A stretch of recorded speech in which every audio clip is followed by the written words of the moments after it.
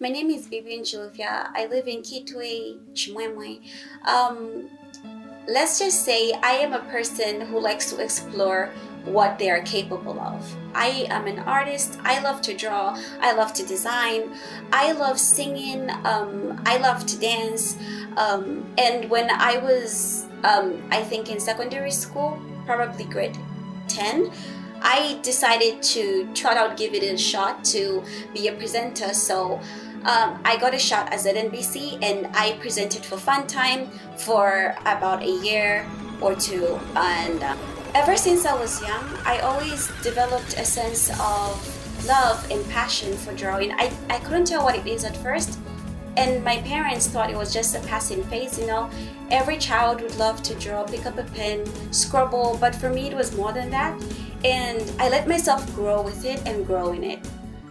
When I was about in grade 3, my teachers would normally ask me to draw some charts for them to decorate the classrooms, and that for me that was really fun and I enjoyed it, and I loved that they liked what I was doing even though I wasn't really good at it yet. But I'm glad I had people that believed in me and thought that I had something special even though I could not tell what it was at that time.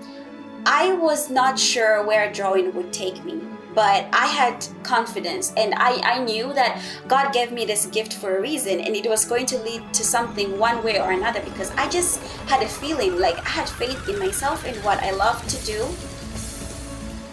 When I was in secondary school, we had competitions. We had competitions about art. I participated in them and I was able to represent not only my school but my district, and I was given a chance to actually go to Livingston to represent my district. And in grade 11, I drew the president on an A4 paper. It wasn't really that big, it was just something small. And when I did that, my mom told me, I heard that one of these days the president could actually visit Kitwe and maybe you could show this to him. I was excited about that. I said, I'm not gonna give him, if I get the chance, I'm not going to want to give him such a small drawing. I need to go bigger, better. So I drew this huge portrait of the president, and it wasn't just in pencil, black and white.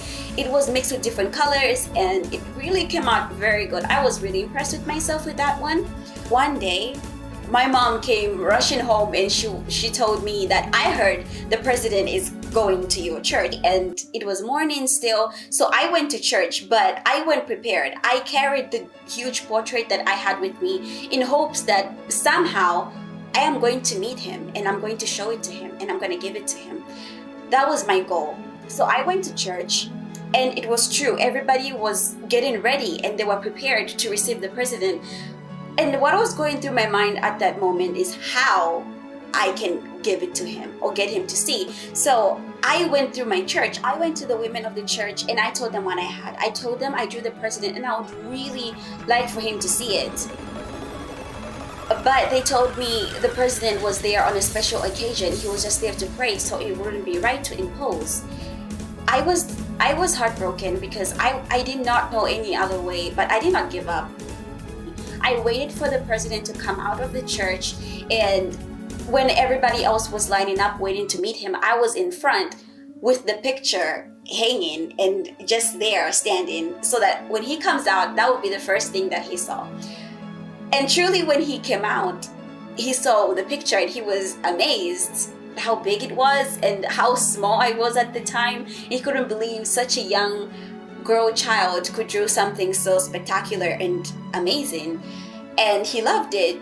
Now the president was very amazed with what I had done. The drawing was amazing and he wanted to give me something in return. He offered me a chance to study abroad on a Zambian scholarship as long as I got good grades, because I was in grade 11. So all I had to do then was work hard for my grade 12, pass my exams, and I would be able to study abroad. And I passed my exams. And of course, I got the scholarship that I was promised because I did well on my grade 12 final exams and the results were good and impressive. You have no idea how excited this made me because I knew that this is now my chance. The doors are open, and so besides drawing, I love fashion designing. I love being imaginative and I love exploring what my mind has to offer. I would design things at the top of my head and picture it, how it would look on what kind of person. And I liked singing, and it's something that has grown with me. I feel like singing is something that has grown with me as a person. When I was in secondary school, grade 11, there were dreams competition that were being held all over Zambia, and I heard that they were coming to Kitwe for auditions.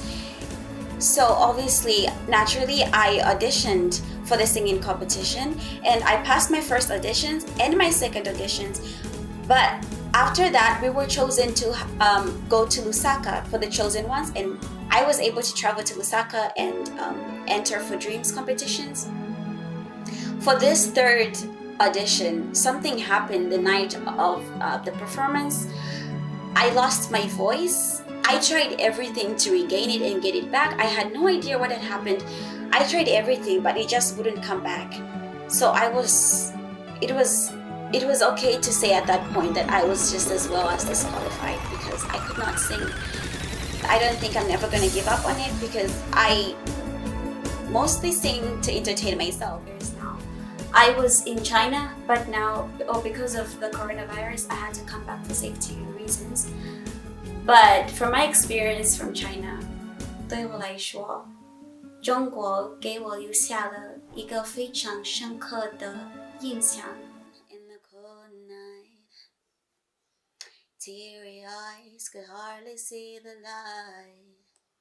Nothing seems to be right.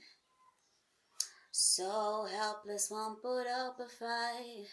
Now my heart is telling me to give up.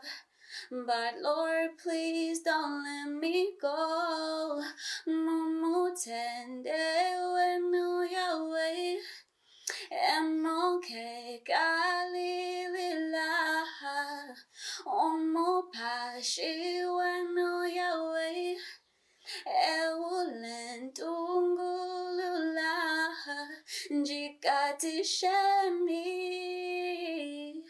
njikatisheni pantwa makayenu eyalenkoseleisha Yahweh njikatisheni.